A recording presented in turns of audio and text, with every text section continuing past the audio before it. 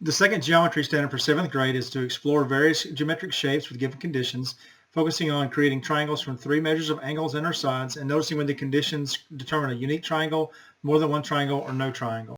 Many of the misconceptions surrounding this standard involve teacher misconceptions rather than student misconceptions. 7GT is about having students draw or informally construct geometric shapes using measurement devices or technology. Students should determine conditions which would allow one to create a triangle or other geometric shapes, i.e. playing around with side lengths, angles, etc., in order to determine if they can create geometric shapes with the given conditions. It is not about memorizing related theorems or postulates, but it's rather about building a foundation for future work in high school when students will formally address constructions, triangle congruence, and the triangle inequality theorem.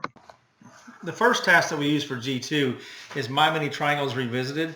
It's from Unit 4 from the Georgia Department of Education website, 7th grade, Unit 4, page 23.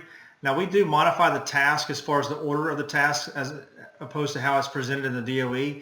We use the sorting where the students cut and sort the triangles first, and we allow them to cut and sort all the triangles any way that they see fit. And so we allow the students to do that in the first part of the task. In the second part of the task, we actually have them classify in different ways. In this first task, watch the kids as they make sense of the problem, reason abstractly, and also as they construct viable arguments to why they've sorted the triangles the way they did. And also notice as they look for and make use of structure. In other words, that they sort the triangles over and over again the same way in their collection of triangles. Mine by the line under it to see the number 6 or 9. Flip it to show you which one it is, and the other's normal. Okay, good. I did mine. I sorted them between the thinner triangles and the thicker, wider triangles. So do you mean the way the angle is? Yes. Yes. Okay, good. I sorted mine to right, obtuse, and acute. Great. Miss Leatherman, can there be an obtuse equilateral? The second test that we do is again from My Many Triangles from the 7th grade Unit 4 framework on page 23 at the Georgia Department of Education www.GeorgiaStandards.Org website. Now, we switched the order of the first 2 tasks from My Many Triangles Revisited that the DOE recommends. We do the cut and sort first, and then we do the second task, which is where the students have to sort triangles or create triangles to fill in this grid. This grid shows an equilateral acute, isosceles acute, and various triangles, and the kids have to work to create these triangles or sort triangles that they have already cut out to match this grid. Guys, what kind of triangle did you make here? Isosceles right. An isosceles right triangle. What makes it a right triangle?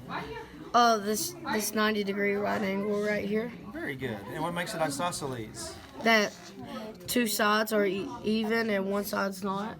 Very good. Good job, guys. You guys think you can make an equilateral right triangle?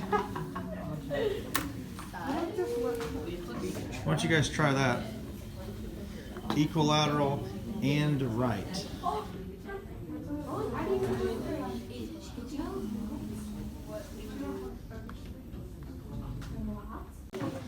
So what did you make here? I did a right triangle. What makes it a right triangle? And it's a 90-degree angle. And how do you know that's 90 degrees right there? Cause I did my paper and I did that and I knew it was just 90-degree angle from right here. Very good. That's the way to use your tools. Good job. So what are you guys trying to construct here? A right equilateral. A right equilateral. So okay. I made it till they're all equal. Okay. So and then I made the right angle there. So I tried to connect it, but as you can see here, it's not connected. Like I've tried it every way possible, and it just won't connect. So I think you can't really do it. All right. So what did you guys make here? An equilateral acute. And how do you know it's equilateral? Because they're all the same length on the side. See, that's 5, 5, 5. What about the angles? They're all going to be 60.4 because all of these are the same. This next task is where the exploration and noticing and kids just having fun with the first couple of tasks really starts taking shape. Notice some really high order thinking skills. If you'll look at the Standards for Mathematical Practice, you'll notice the kids making sense and persevering of problems, reasoning abstractly and quantitatively, constructing viable arguments and critiquing the reasoning of others, using tools strategically, attending to precision, and looking for and making use of structure, all during this one task. Now, please also note that some of the kids may not use the exact right vocabulary. They may not call it a side, or they may use some words that we're not used to, but to them, they're reasoning and they're putting things together in terms that make sense for them, and that's totally appropriate. We'll work on vocabulary later, but to me, it's more important for kids to understand the concept behind things as opposed to knowing the specific word to use at any given time. So you guys are trying to make another triangle that's 3, 4, 5 like this one. What? So you've already made 1, 3, 4, 5 triangle. You're trying to make another one that's different than this, but still has sides 3, 4, and 5. Oh, she thought her triangle wasn't the same as mine. And how'd you prove it was the same? Oh, I put it on I top. proved it was the same. Well, let's see it. Yeah, go ahead. How'd you prove it? I want to see Go it. ahead. I just like turn this around, put it to the light, and like you can see right there. Ah. It's the same. Okay, so you're telling me that Jerry made one triangle and you made one triangle, and they both had sides 3, 4, and 5, but they're both exactly the same? Yes. How many of you guys have drawn an equilateral triangle? Raise your hand. All right, Belinda, how big are your sides of yours? What are the measurements of the sides of your triangle? 3, 3, and 3? Okay, who else had their hand up? All right, what did you guys have? 5, 5, and 5. What about you guys? 10, 10, 10, 10. So with the triangle, when we gave you guys the sides of 3, 4, and 5, how many different triangles could we make? One, yeah. What about when we said the angles all were the same, 60 degrees, 60 degrees, 60 degrees? How many triangles can we make now? A lot. Yeah, a lot. So which of those was the unique triangle? The 3, 4, 5. Yeah, the 3, 4, and 5. Why was it unique? Because you can only make one triangle. Yeah, you only make it once. We're trying to make a triangle with the sides 3, 4, and 8. But so far, we failed to do it because literally all of us agreed it's impossible. Because like if you make red 8 with green the same and keep go blue to 3, red's too big and you can't really connect it, as you can see here. So then if you make green 8 and red 4, you can't really do that either because green's too big. Then if you do make blue 8, then green 3, it won't connect. So What did you guys? You had said something earlier about the way the circles look. oh yeah, the circles in order to connect them, I'm just gonna do this. The circle has to look like this to where they're merged with each other. Okay, so you're saying if the circles on your screen don't intersect, you can't make a triangle? You can't really connect them. Okay, that's great, Like, guys.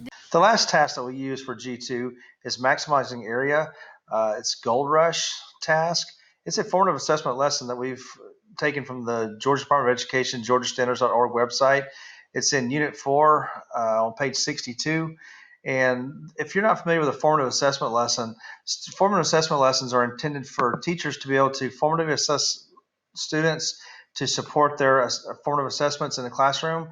They reveal and develop students' understanding of key mathematical ideas. If you're not familiar with formative assessment lessons, I've included the website at the bottom of the screen here. It's map.mathshell.org, and there's a lot of great information on how to use formative assessments in your classroom. So if you'll go there, there's a teacher's guide, and it's just a great resource for you to use and how to use formative assessments in your classroom. But in these next videos, we're highlighting the standards for mathematical practice, making sense of problems and persevering in solving them, reasoning abstractly and quantitatively, and also constructing viable arguments and critiquing the reasoning of others. So make sure you look for those in the following videos. It is. Oh, I put it as right because it asked yes or no, and I think it was true. I think it was true. No. It'd be true, but you don't know if you get a fair share. she made a mistake on how she split the land because the land is supposed to be 300 meters instead of 200. It's supposed to be 200 and not 300. But She got 600. she got 600. No, I mean it's supposed to be 300.